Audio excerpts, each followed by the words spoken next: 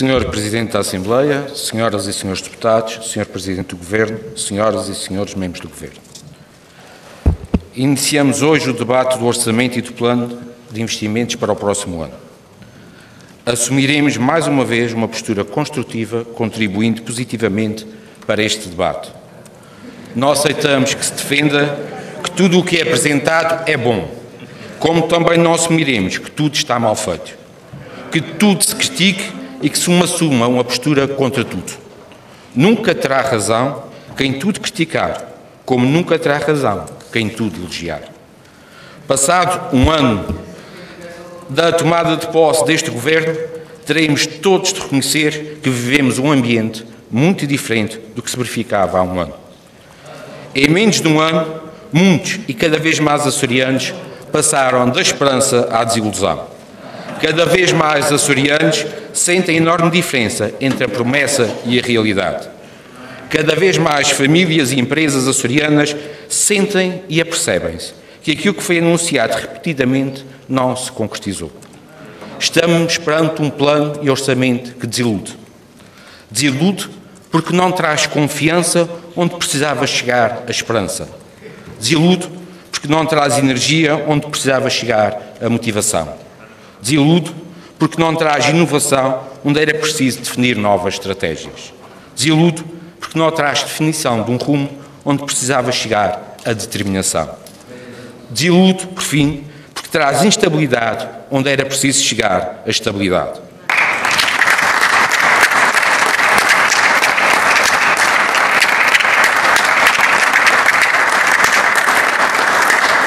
Não é um plano e orçamento feito a pensar para os Açores e para os açorianos. É um plano e orçamento construído em zigue-zagues constantes, sem rumo nem estratégia, que visa apenas assegurar, nem que seja por apenas mais alguns meses, manter o Governo em funções. É um plano e orçamento feito apenas com o único objetivo de alguns sobreviverem no poder e outros poucos sobreviverem com poder.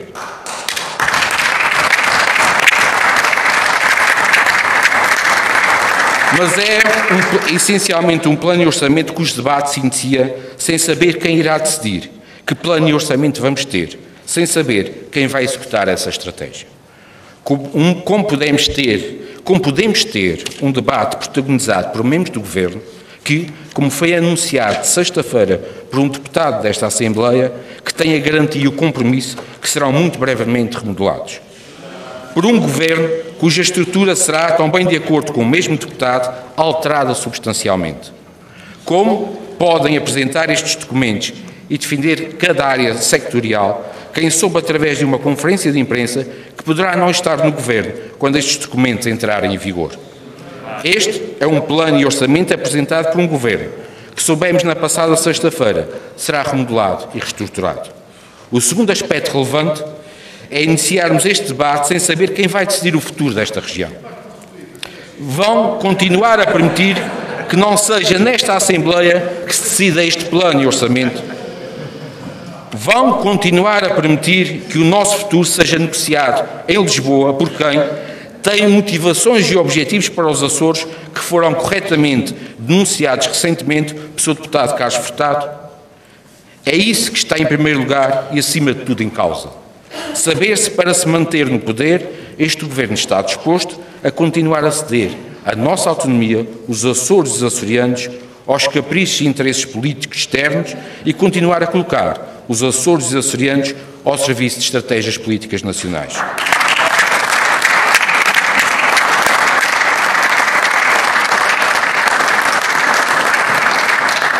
Temos que defender a dignidade e o respeito que merece este Parlamento, pelos verdadeiros e únicos representantes dos açorianos. Porque é que hoje e sempre que se deverá decidir o nosso futuro. Porque a dignidade e o respeito que são devidos ao povo açoriano e o prestígio dos Açores estão bem acima e vão muito para além do exercício de poder e não podem ficar reféns de vontades de se manterem apenas no poder. Porque nunca poderemos aceitar que se negocie a honra e a dignidade desta nossa região autónoma.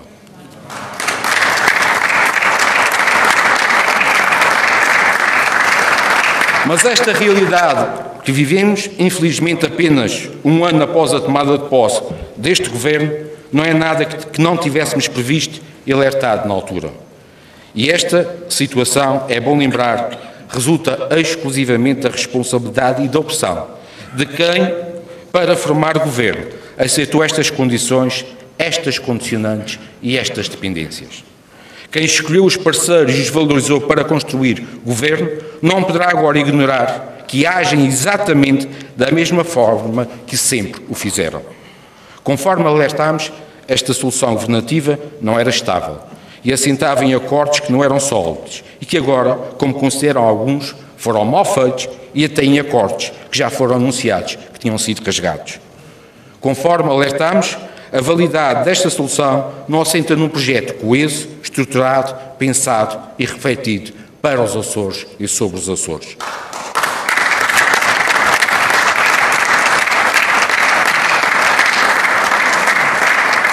Passado um ano se prova que governar não poderá continuar a ser dizer que sim a todos, mesmo quando se diga uma coisa e o seu contrário. Passado um ano se prova que dialogar não pode ser sinónimo de ceder sempre aos mais fortes, aos mais poderosos, ou àqueles que têm maior poder ou voz pública. Passado um ano se prova que é muito mais fácil prometer muito, mas cumprir muito pouco. Senhor Presidente, é neste contexto que estamos a iniciar o debate deste plano e orçamento. É sobre este plano e orçamento que confirmam-se, infelizmente, todas as preocupações que identificámos há apenas 7 meses atrás em relação à política orçamental definida. Lamentavelmente, o Governo não ouviu os nossos alertas e agora confirmam-se as previsões que então fizemos. Como dissemos em abril, o orçamento deste ano irá beneficiar de receitas extraordinárias de mais de 345 milhões de euros decorrentes do saldo de gerência deixado pelo anterior Governo, da receita de devolução à região dos aumentos de capital da SATA e de autorizações extraordinárias para endividamento. Todas estas situações, como alertámos, eram extraordinárias e não se iriam repetir a partir do próximo ano. Não tendo em conta esta realidade, o Governo assumiu compromissos e tomou decisões que aumentaram significativamente os custos de funcionamento da administração regional e reduziram em muito as receitas próprias da região.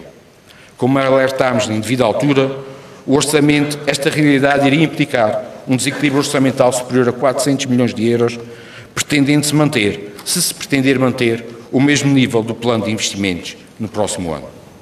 Para criar a ilusão no curto prazo que seria possível dizer que sim a tudo e prometer a alguns, o Governo, com base em receitas extraordinárias que dispôs este ano, sem nada que para elas tivesse feito, tomou decisões e assumiu compromissos que não poderá cumprir.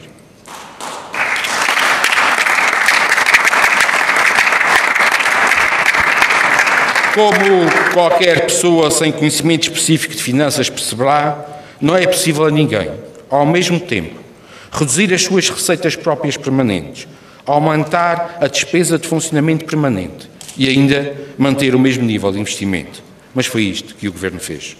Infelizmente, a proposta do Orçamento e Plano para o próximo ano confirma integralmente previsões que fizemos há apenas 7 meses e tem um desequilíbrio orçamental estrutural superior a 495 milhões de euros. Não querendo o Governo assumir essa realidade, não querendo alterar o rumo seguido e pretendendo manter a ilusão, optou por apresentar um plano de investimentos em que sabe à partida que não poderá não ter condições para executar e que poderá ficar por executar 6 em cada 10 euros que anuncia investir no próximo ano. Ou seja, estaremos a debater um plano de investimentos de faz de contas, que muito anuncia, muito promete, mas muito pouco será concretizado, executado ou cumprido no próximo ano. A grande questão não é discutir o plano de investimentos, mas discutir que destes investimentos que estão previstos fazer, o que não vai ser feito ou o que não vai ser cumprido. É esse também o cerne do debate. Sr. Presidente, mas o mais preocupante é o que evidencia desta realidade não está apenas numa questão de previsões orçamentais, de implemento artificial de receitas ou de erradas interpretações do Orçamento de Estado e da legislação em vigor. O mais grave é que é o próprio Governo, que no articulado do Orçamento assume de forma clara e explícita que este Orçamento não é para cumprir ou executar. Bastará ler o artigo 65 do Orçamento para se verificar que, à partida, o Governo assume que uma parte do investimento que consta do plano não será para executar. Nesse artigo, se aprovado por esta Assembleia, o Governo pretende que as despesas só possam ser executadas até 31 de dezembro, mas que as receitas podem continuar a ser registadas e contabilizadas até 18 de janeiro. Nestas receitas incluem-se mais de 80 milhões de euros previsíveis de receita fiscal, que, sendo transferido para a região em janeiro do ano seguinte, serão contabilizadas como receita do ano anterior, mas não poderão pagar despesa orçamentada, servindo apenas para equilibrar o orçamento. Ou seja, o Governo assume, desde já e de forma explícita, que se o artigo 65 for aprovado, ficará por executar ou pagar mais de 80 milhões de euros de investimentos previstos no plano de investimentos, aqui em análise. Também, nos fundos comunitários, verifica-se um grande implemento da receita para equilibrar de forma artificial o orçamento, aumentando o plano de investimentos sem possibilidades de se executar, porque as receitas não se deverão concretizar. Até 30 de setembro, de acordo com os dados oficiais publicados pelo Governo, a região tinha conseguido receber apenas 48 milhões de euros de fundos comunitários e, no último mês, no de setembro, apenas 1,8 milhões. Se mantiver a média mensal, verificada nos primeiros 9 meses deste ano, a região terá uma receita de fundos comunitários este ano de cerca de 70 milhões. Mesmo que consiga duplicar no próximo ano a receita de fundos comunitários face à execução média até final de setembro deste ano, a receita de fundos comunitários prevista no orçamento será, mesmo assim, em 195 milhões de euros superior ao dobro de valor recebido, em média, até setembro deste ano. O que implicará que esse valor de 195 milhões de euros poderão não ser executados em termos de investimento. Para evidenciar ainda mais esta realidade, bastará analisar alguns exemplos da forma como é contabilizada a receita de fundos comunitários inscrita no mapa 10 do Orçamento. O Orçamento prevê como receita de fundos comunitários 57,1 milhões de euros no próximo ano, no âmbito do Serviço Público de Transporte Aéreo Interilhas. O problema é que esse valor corresponde ao que a região tem para receber de fundos comunitários para comparticipação nessas OSPs interilhas até 2027. Isto é, o Governo contabiliza em apenas um ano e, curiosamente, já no próximo ano, toda a receita de fundos comunitários prevista para o projeto até ao final do próximo quadro comunitário de apoio, ou seja, até ao fim de 2027. Esta situação é ainda mais incongruente quando, de acordo com as OSPs de serviço público já em vigor, o custo dessas mesmas obrigações de serviço público no próximo ano é de 28 milhões de euros, ou seja, o Governo contabilizou que irá receber no próximo ano mais do dobro da despesa que terá com as próprias OSPs. Senhor Presidente, outro exemplo que comprova o forte implemento das receitas de fundos é contabilizar como receita 39 milhões de euros de fundos comunitários do projeto Eficiência Energética e Energias Renováveis, investimentos a executar exclusivamente pela EDA, mas que o Governo contabiliza como sua a correspondente receita de fundos comunitários. Ora, este artificialismo viola a legislação em vigor para a contabilização de receitas de PRR, nomeadamente o Decreto-Lei 53 de 2021 e a Circular 1400 da Direção-Geral do Orçamento, que define como são contabilizadas as receitas de PRR. Em termos práticos, sendo a EDA o beneficiário final dos fundos comunitários, porque é o executante dos investimentos, a região não poderá classificar como receita suas estes fundos que não serão seus, porque, sendo apenas o beneficiário intermédio, é apenas uma operação extra-orçamental nos termos da legislação referida. Aqui estão demonstrados que são mais de 39 milhões de euros de fundos que, estando previstos sem enquadramento como receita da região, não serão receitas e não permitirão o correspondente investimento. Só apenas alguns exemplos práticos dos muitos que poderíamos dar, de que como ficarão por executar pelo menos 195 milhões de euros do plano de investimentos em análise. Senhor Presidente, as receitas das transferências do Orçamento de Estado previstas não correspondem também à realidade, porque incluem erradamente os 35 milhões de euros previstos para a comparticipação dos custos de Furacão Lourenço, que, conforme despacho do Primeiro-Ministro assinado por solicitação do Governo dos Açores, quando esse apoio é atribuído através de fundos comunitários e não através de transferências do Estado a partir do próximo ano. O aumento do endividamento previsto também não tem o devido enquadramento legal, não podendo ser utilizado, porque o Governo pretende recorrer a uma norma do Orçamento de Estado que autorizava excepcionalmente um endividamento até 110 milhões de euros e apenas este ano para as despesas Covid, nomeadamente o número 5 do artigo 81 do Orçamento de Estado de 2021, mas que já não se encontra em vigor no próximo ano. Por ser excepcional e específica para 2021, esta autorização de endividamento não está abrangida nas normas de prorrogação do Orçamento de Estado em vigor, conforme determina o artigo 58 da Lei de Enquadramento Orçamental. Mas o mais incompreensível é que o Governo pretenda manter o endividamento para as despesas de Covid em 2022, num valor que poderá ir até 110 milhões de euros, quando ao mesmo tempo reduz em 75 milhões de euros o financiamento do Serviço Regional de Saúde e o apoio às empresas, já passaram a ser financiados por fundos comunitários ou foram extintos.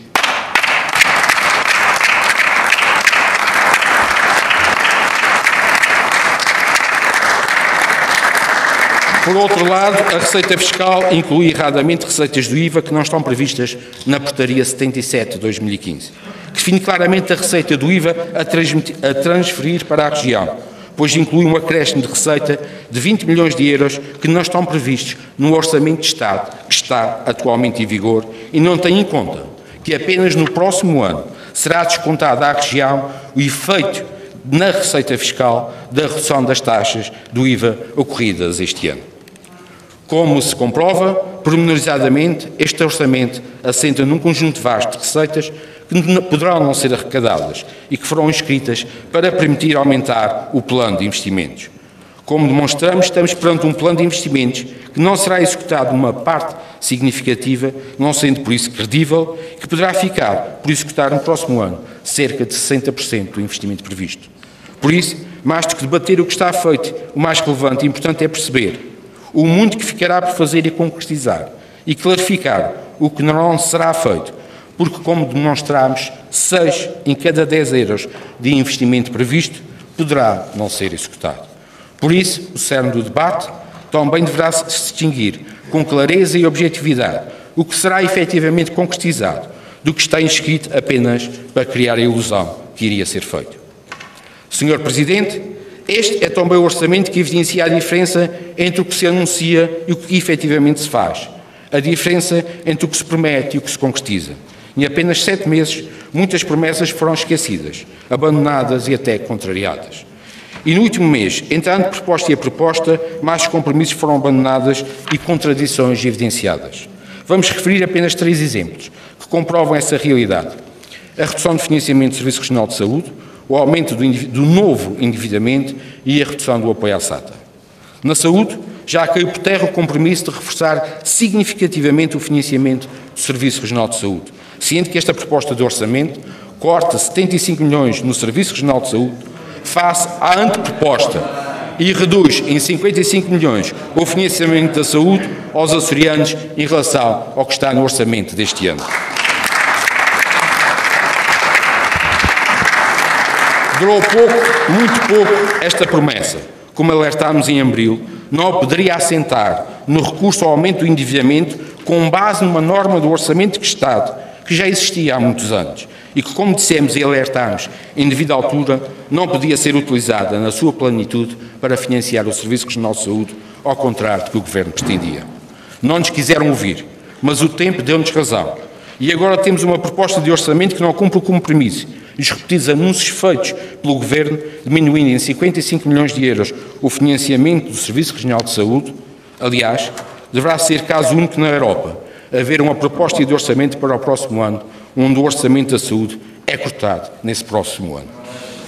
Em relação ao endividamento, ao contrário do que anunciado, o novo endividamento sobe face à anteproposta, mas conforme afirmou o Sr. Secretário Regional das Finanças, a quando da apresentação da anteproposta do orçamento, previa-se 90 milhões de novo endividamento. Com a apresentação do orçamento, mas este compromisso foi quebrado. Afinal, o novo endividamento, nos termos definidos pelo Sr. Secretário das Finanças, não só aumentou em tanto proposta e o orçamento do orçamento da região, como até quase duplica. em apenas um mês, passando de 90 para 170 milhões de euros, ao mesmo tempo que são reduzidos as transferências para a saúde. Ou seja, de acordo com os critérios anunciados pelo próprio Governo quando à apresentação da anteproposta do orçamento, esta proposta de orçamento não reduz o novo endividamento, mas aumenta-o, quase duplicando esse novo endividamento face ao que estava previsto na anteproposta. Também, no apoio à SATA, o anunciado reforço para a capitalização da SATA desapareceu da proposta do orçamento face à anteproposta, tendo em conta que esta proposta, agora em análise, prevê 80 milhões para a capitalização da SATA, mas não faz do que restituir à SATA o aumento de capital que a SATA devolveu este ano à região. Se tivermos em conta que a região recebeu este ano cerca de 74 milhões de euros de devolução de aumentos de capital anteriores, o esforço financeiro conjunto dos 2 anos para a captação da SATA será de apenas 6 milhões. O Governo limita-se a devolver à SATA o que a SATA transferiu para a região este ano, apesar de recorrer incompreensivelmente para isso também ao endividamento. Como demonstramos, cada vez mais se confirma a enorme diferença entre o que é prometido e o que não se concretiza. Sr. Presidente, para além das questões quantitativas, preocupa-nos profundamente a falta de planeamento estratégico que estes documentos evidenciam. Limitam-se a dar continuidade à estratégia, às medidas, aos projetos e até às ações que já vinham de trás, não conseguindo introduzir dinâmica e inovação. É tempo de assumir que é pouco.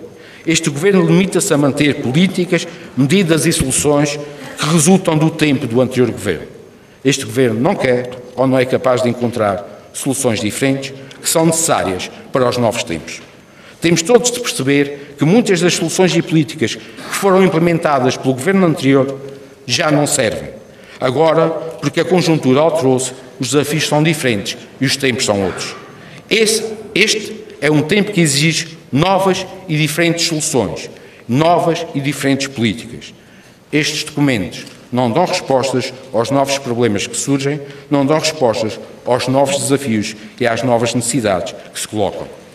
Estes documentos são indiferentes e não dão resposta à redução substancial do rendimento dos nossos agricultores, decorrentes do grande aumento dos custos de produção, na sequência da inflação dos preços dos fatores produtivos, como os adubos, as rações, os cereais, os combustíveis, entre outros, que penalizam e reduzem substancialmente o rendimento dos nossos agricultores. Estes documentos são indiferentes e não dão respostas às consequências do enorme aumento dos custos das matérias-primas que estão a penalizar cada vez mais e a criar enormes dificuldades às nossas pequenas e médias empresas e que podem pôr em causa a sua rentabilidade e até a sua sobrevivência. Estes documentos são indiferentes e não têm resposta às consequências do crescente aumento do preço dos bens e serviços que irá provocar uma inflação no custo de vida das famílias, reduzindo substancialmente o rendimento disponível das famílias. Estes documentos são indiferentes e não têm resposta para as consequências da escassez das matérias-primas que irá retrair a atividade económica. Estes documentos são indiferentes e não têm resposta para as consequências do aumento da inflação e consequente previsível aumento das taxas de juros e o impacto que terá numa nova redução do rendimento disponível das famílias e das empresas. Estes documentos são indiferentes e não dão respostas aos desafios da crise energética, da transição climática, da transição digital, ao desafio estrutural da demografia, à recuperação da prestação dos cuidados de saúde, entre muitos outros. Estes documentos evidenciam uma estratégia que se limita a olhar para dentro e para trás, em vez de olhar para fora e para a frente.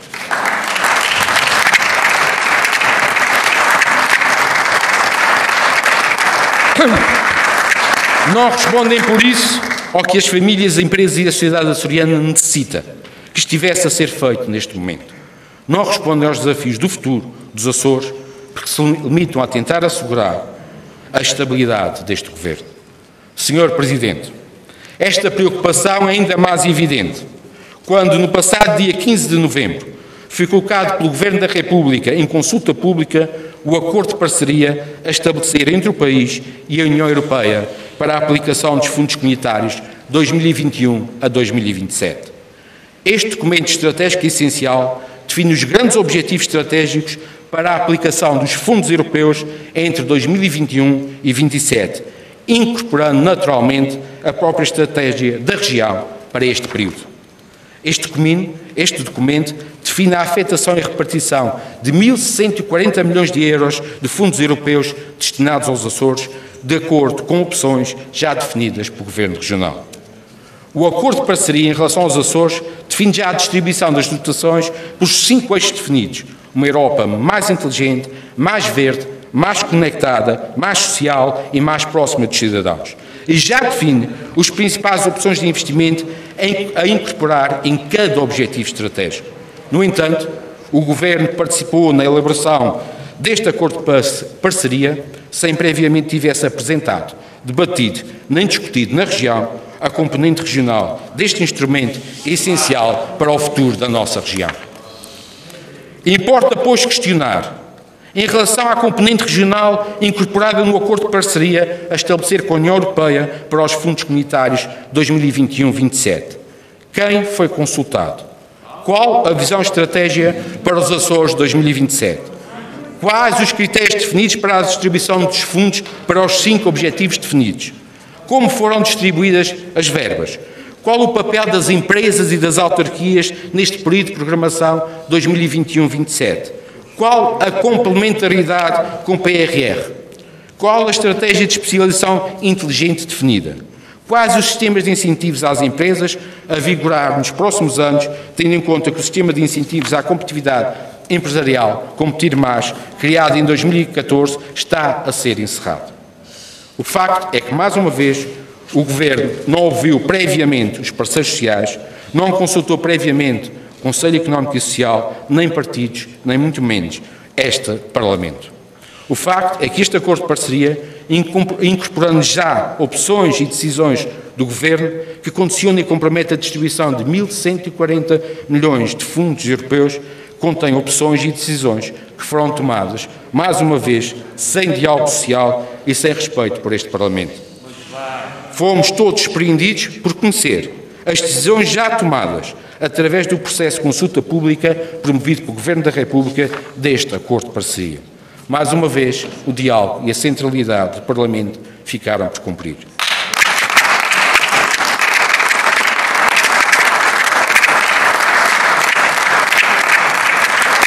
Sendo o documento mais estruturante para a definição do próximo quadro comunitário de apoio, empenha-se um diálogo prévio, aberto e transparente com todos, para que as opções vertidas neste documento essencial resultassem da participação de todos e não do silêncio, da falta de comunicação e da falta de diálogo com a sociedade açoriana. Para que não se repita com os fundos europeus 2021-2027 o que aconteceu com as agendas mobilizadoras, importa urgentemente inverter o rumo e corrigir mais uma vez a postura, porque infelizmente, até hoje, a estratégia e as decisões sobre esses fundos comunitários foram envoltas no mais absoluto silêncio. E isso, como vimos no passado muito recente, não é bom sinal nem deu bom resultado. Verificamos que o Governo ainda não foi capaz de aprender com os erros e de corrigir a sua forma de agir, transpondo para o acordo de parceria a falta de diálogo e de comunicação evidenciadas nas agendas. Senhor Presidente, o orçamento e o plano para o próximo ano que hoje iniciamos o debate nesta Assembleia não constituem, infelizmente, o contributo necessário para assegurar o futuro dos Açores e o bem-estar dos açorianos. Os Açores merecem mais. Os Açores merecem melhor. Merecem quem se preocupe mais com os Açores e os açorianos e menos com a sua manutenção no poder. Merecem quem se preocupe mais com o futuro e menos com a instabilidade do presente. Merecem quem se preocupe mais em implementar novas estratégias para os desafios que estamos a enfrentar e menos em manter-se sem inovação o que já vinha a ser sido feito. Merecem quem tenha coragem para inovar e menos quem se acomode. Estamos perante um plano de orçamento que desilude. Desilude porque não traz credibilidade para os açorianos sentirem confiança. Não traz sustentabilidade para os açorianos poderem projetar o futuro. Não traz inovação para uma visão estratégica para os Açores. Por isso, vamos votar estes documentos com a convicção e determinação a favor dos Açores e pelo futuro dos açorianos. e, portanto, contra estes documentos.